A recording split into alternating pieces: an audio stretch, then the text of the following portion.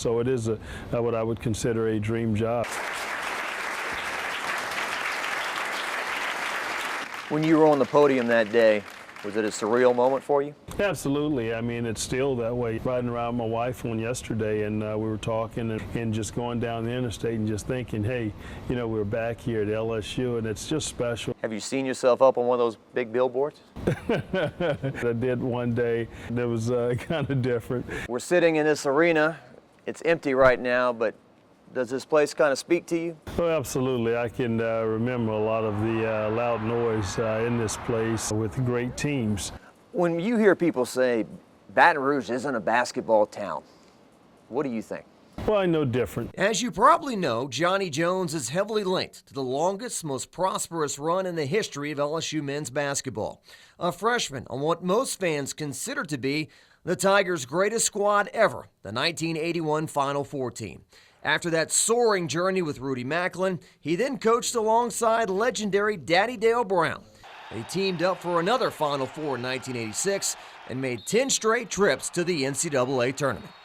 It's not about who we're playing, it's because we have LSU on our chest. That's who they're coming to support. I was going through some old video the other day, and the PMAC was packed, and it was for the purple and gold game. The How about LSU that? scrimmage against each other. It was a time in which the average attendance at the Assembly Center usually hovered around 12 to 13,000 fans per game each season, an era in which the student section truly was a student section, and the youngsters that filled it often camped out for their spot. LSU basketball mattered to the community and was a priority to fans everywhere. LSU's special, and I think people will come from near and far to support their basketball program, but you have to give them something that they want to be a part of. When we go out and play, be confident, but don't be overconfident. Shaquille O'Neal, certainly a much bigger star than any football player on campus at the time, and while Shaq was something, not quite my all-time favorite. Number 35, Chris Jackson.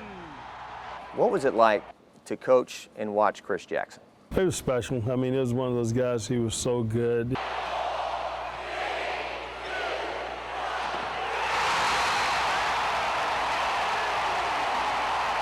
And so electrifying, not only game night, but in practice every day. He would bring it. Enjoyed watching him, and haven't seen anyone quite like him since. And Coppin State is out of here with a 3-point victory, 69-66. Unfortunately, the NCAA tournament wins and appearances altogether would dry up. Why those last 4 years did you guys not win? I think injuries. Randall Livingston goes down, Ronnie Henderson, and there were a series of injuries. The LSU program would be knocked to its knees entirely shortly after. As the John Brady era began in the late 90s, the NCAA ruled an LSU booster paid local Glen Oaks star Lester Earl $5,000 to become a Tiger. This occurring during the Dale Brown, Johnny Jones watch. Biggest thing for me is that I was hurt because there are a lot of people here in Baton Rouge hurt. My LSU family was actually hurt. This great institution, the state, and the people who actually pull in for our program. And those are things that you want to get back. I'm not perfect. In August of 2007, the Baton Rouge Advocate published an apology from Earl himself, saying that LSU never offered him anything but a scholarship. Earl went on to say the NCAA intimidated him and encouraged him to lie. The letter came out, and I think it served its purpose or whatever for Coach Brown, and hopefully relieved whatever it was for Lester. Have you spoken to Lester? Saw him one time. We played at the University of Kansas a year ago. After the game, he came down and spoke and said hello, and greeted him, said hello to him, and we were able to move on.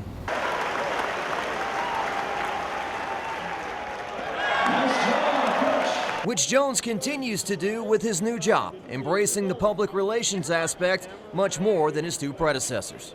We'll reach out and do everything that we possibly can, but I think the biggest deal that we have to do is make sure that we're winning. He's already signed a few new Tigers. Did you feel old when Girk Hammock's kid was coming to college? Does that make you feel old? Absolutely, because I used to sit out here and mess with Gert every day after practice. And while nostalgia is fun, Jones knows telling stories about the nights of roaring for Ricky and the days of hailing Caesar won't fix this.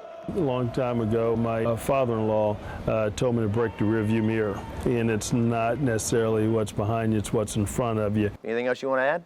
And that's about it. We just want to make sure that our fans come out and enjoy some LSU basketball this year.